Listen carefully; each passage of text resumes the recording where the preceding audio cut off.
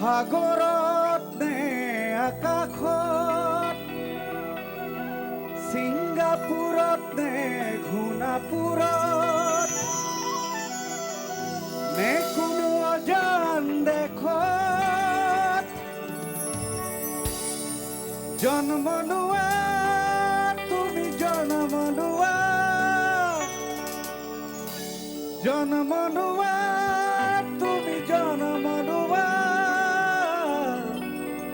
বাৰে বাৰে বাৰে অসমত, বাৰে বাৰে বাৰে অসমত।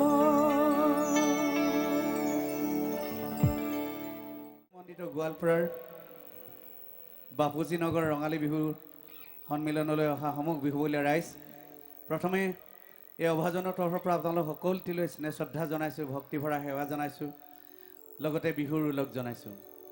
উদযাপন সমিতিৰ তৰফৰ পৰা মোক আপোনালোকৰ ওচৰলৈ কেইটামান গীত গাবলৈ আমন্ত্ৰণ জনাইছিলে আৰু সেই মৰ্মে মই আপোনালোকৰ ওচৰলৈ কেইটামান গীত পৰিৱেশন কৰিবলৈ আহিছোঁ।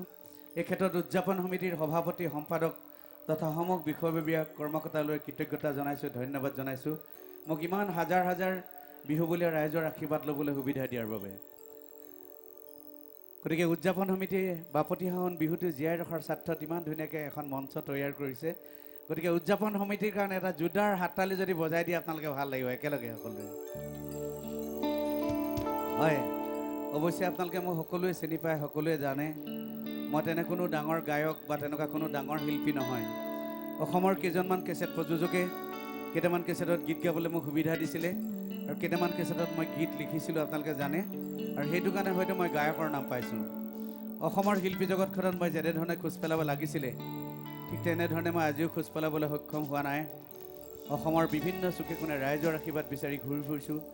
আজি আমাৰ এই বাপুজী নগৰ বিহুতলিতো দেখিছোঁ হাজাৰ হাজাৰ বিহুবলীয়া ৰাইজে উপচি পৰিছে।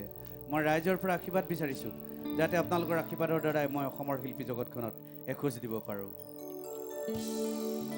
আৰু আপোনালোকে ইয়াকো জানিব, মই একেবাৰে গাঁৱলীয়া মানুহ।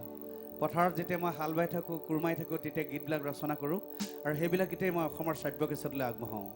সৰুৰে পৰা দেশৰ মাটিৰ গুণ থকা গীতবিলাক গাই মই বেছি ভাল পাওঁ। ঠিক তেনেকুৱা এটা গীতেৰে আজি মই মোৰ অনুষ্ঠান আৰম্ভ কৰিম।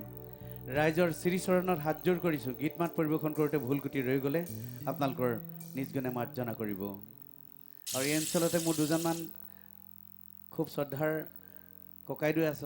আচলতে মই দিল্লীত লগ পাইছিলোঁ নাৰায়ণ নাথ ককাইদেউ, তেখেতক লগ পাইছিলোঁ, অনিৰুদ্ধ দাস ককাইদেউক লগ পাইছিলোঁ।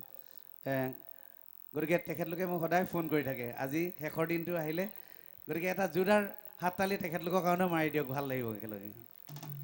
হয় ৰাইজ, মই মোৰ গীতখিনি গাম, কিন্তু এইটো সময়ত আপোনালোকে সকলোৱে জানে গোটেই অসমত এতিয়া শোকত ম্ৰিয়মান হৈ আছে আমাৰ প্ৰাণৰ শিল্পী জুবিন গাৰ্গক হেৰুৱাই।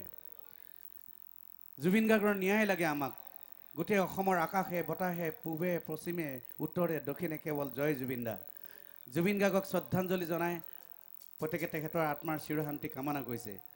মই ভাবিছোঁ ৰাইজ, এইখন ইমান ডাঙৰ বিহু, ইমান ধুনীয়া এখন বিহু হৈছে, আজি আমাৰ ইয়াৰ পৰাও এটা বাৰ্তা যাওক যে বাপুজী নগৰ ৰঙালী বিহু সন্মিলনে আমাৰ প্ৰাণৰ শিল্পীজনক কেনেধৰণে সন্মান কৰে। বিপিন চাওডাঙৰ গীতৰ আগতে তেখেতক যদি আমি অকণমান মৌন প্ৰাৰ্থনা কৰি তেখেতক চিৰশান্তিৰ কামনা কৰিব পাৰোঁ।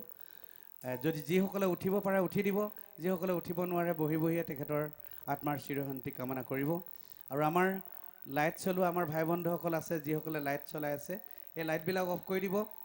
আৰু আমি সকলোৱে একেলগে এটা গীত গাম, জুবিন গাৰ্গৰ গীত গাম মৌন প্ৰাৰ্থনাৰ শেষতে।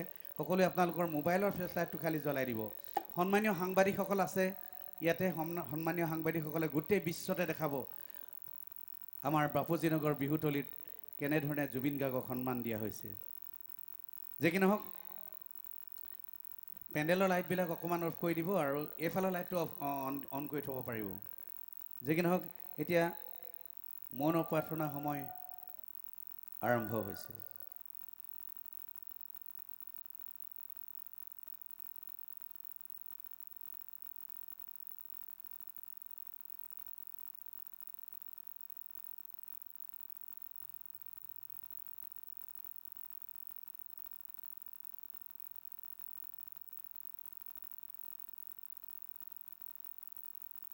ओम शांति।